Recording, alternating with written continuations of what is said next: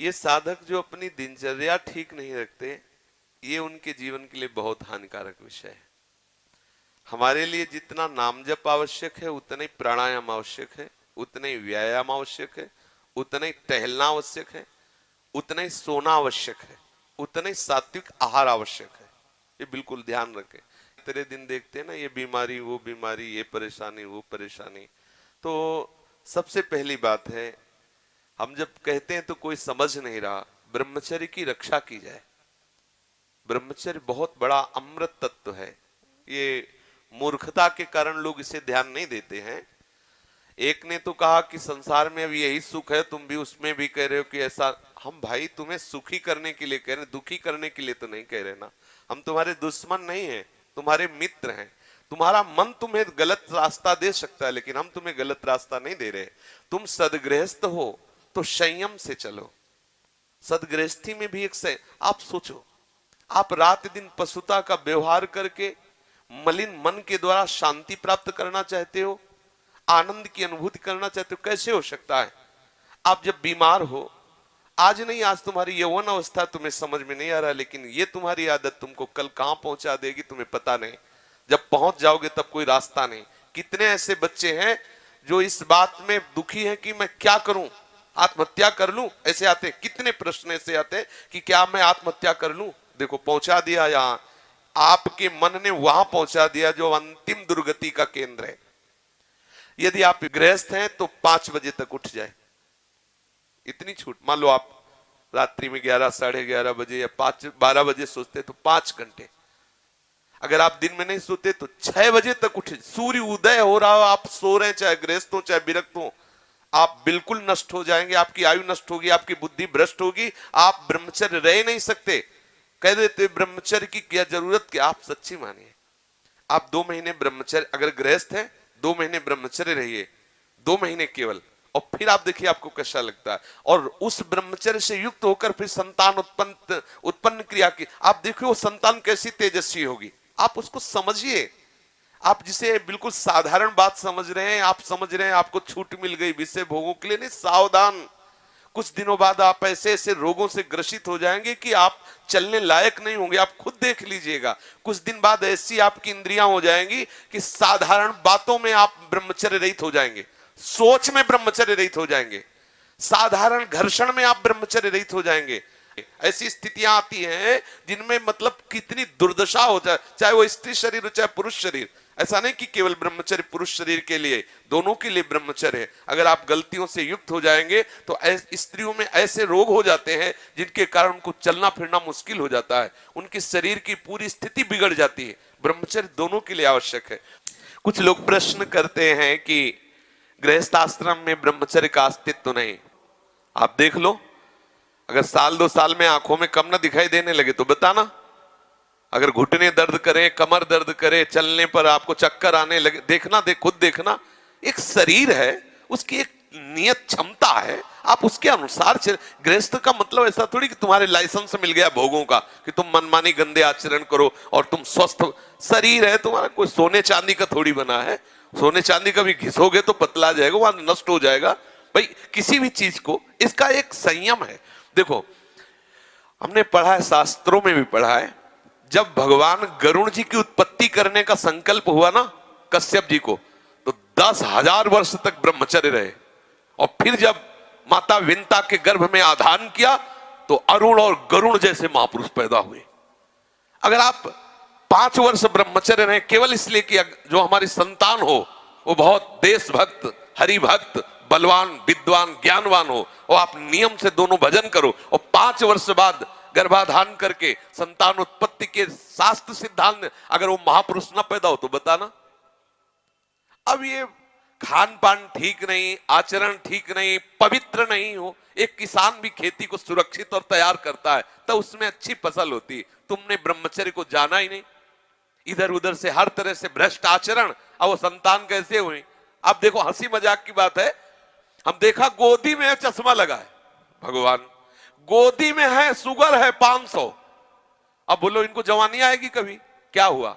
ये गलतियां हो गई, संयम बर्ताव नहीं किया गया, वीर में वो सामर्थ्य नहीं रही कि संतान को तेजस्वी ओजस्वी बना सके।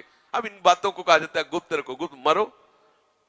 भाई आप जैसे कह रहे हैं सब कहने सुन, तो देख लो आगे तुम्हारे आ जाएगा। अगर उठने में तुम्हें तकलीफ ना होने लगे कहना, अगर बादाम ज्यादा खाओगे तो लीवर खराब हो जाएगा, देख कुछ दिन बाद देख लेना। ये जो लोग कहते हैं ना कि अरे बाबा लोग सब कहते हैं, देख लेना तुम्हारे पुरखा पानी पा जाएंगे।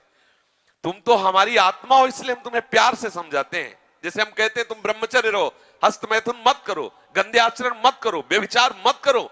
ये ब्याह की जो एक प्रक्रिया है आपको एक सीमित बांधने के लिए है कि आप भ्रष्ट आचरण न करें, आप धर्म से युक्त होकर भगवत मार्ग में चलें, आराधना करते हुए एक आराधक की तरह एक संयमित जीवन व्यतीत करें। लेकिन वो माना जाता है कि बाबा लोग हैं। कुछ लोग कहते हैं पहले खुद को देख लो, बाबा लोग जेल में हैं। एक खेती में सब फसल एक जैसी नहीं होती।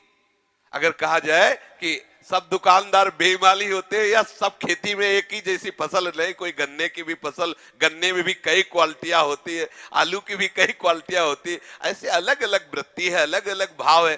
तो हमारी बात को आज अगर नहीं मानोगे तो कल तुम्हें पछताना पड़ेगा, पक्का समझ लीजिए।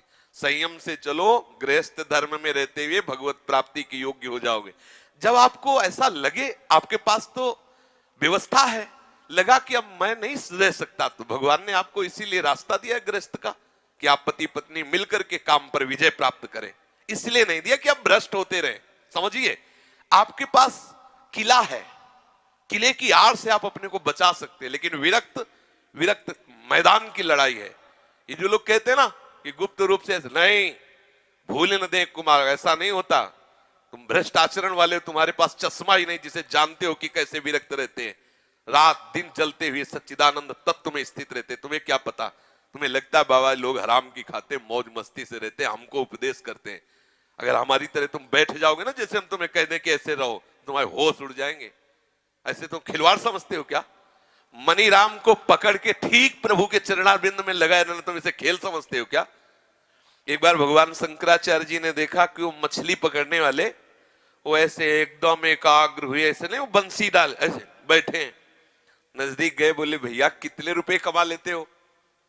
बोले सुबह से शाम तक लगे रहते हैं, 50 रुपए तो आ ही जाते हो पहले के समय, शंकराचार्य जी के समय। बोले ठीक है, हम तुम्हें 2 घंटे के 50 रुपया दिलवाएंगे, बस तुम आश्रम में बैठ के नारायण नारायण नाम का कीर्तन करो, बढ़िया भोजन मिलेगा, चलो लियो आ गए। अब वो आश्रम में कहा बैठो नारायण नारायण करो। जे ही बैठे और नारायण, तो उनको आग लगी। बोले महाराज हमें वो ठीक, वहां अगर एक को नहीं मिले तो ठीक, तुम्हारे यहाँ नारायण नारायण नहीं। भजन करना जानते हो, कोई खिलवाड़ समझते हो? थोड़ी देर निर्विषय होकर मन को प्रभु में लगा के देखो क्या दशा होती है। तो वास्तविक जीवन जीने की चेष्टा करो। गृहस्थी कोई वो मार्ग नहीं कि तुम गंदे आचरण से चलो, ऐसा नहीं है। हम आपको दिखाएं पति पत्नी सहित हैं और आजीवन ब्रह्मचर्य का नियम लिए हैं, और 35 साल की अवस्था है, दोनों सुंदर है, अपने ही समाज में है, अपने ही पास है। ऐसे कितने लोग, एक दो थोड़े, ऐसे कितने हैं 30-35 की अवस्था आजीवन के लिए संकल्प वृंदावन में करके संकल्प करके। अब बोलो कितनी बड़ी हिम्मत की बात है। दोनों नौजवान हो और संयम से भजन करने का नियम तो ये है। अब इनको कौन भ्रष्ट कर सकता है? जब स्वयं की सुंदरी पत्नी के साथ उन्होंने संयम का नियम ले लिया तो इन्हें कौन भ्रष्ट कर सकता है? ये जो उद्दंडता है इसे छोड़ो, बहुत हानि है, बहुत हानि। ब्रह्मचर्य हानि का मतलब है तुम रोज मर रहे हो, रोज मृत्यु को गले लगा रहे हो। एक नियम से चलो, एक संयम से चलो, जो एक शास्त्र मर्यादा है, तो उससे क्या होगा कि आप आनंदित रहोगे और एक दिन आपको वैराग्य हो जाएगा। उद्दंडता करोगे तो ये माया है, तुम्हें नष्ट कर देगी। 4 दिन का जीवन है, जितना आपका वीर क्षय होता जाएगा उतने आपके यंत्र सब खराब होते जाएंगे। अभी जवानी है ना, तो अभी नहीं समझ में आते, बाबा जी चिल्ला, ऐसे कितने लोग बोलते हैं बाबा जी कहता है ऐसा वैसा। बाबा जी नहीं कहता, देख लेना, परिणाम देख लेना। ये तुम्हारे जितने भी अंग हैं, जो प्रधान अंग हैं, इनको जब वो पहुंचेगा नहीं ना, तो ये सब देखो, गाड़ी में ना डालो पेट्रोल तो खराब हो जाएंगे।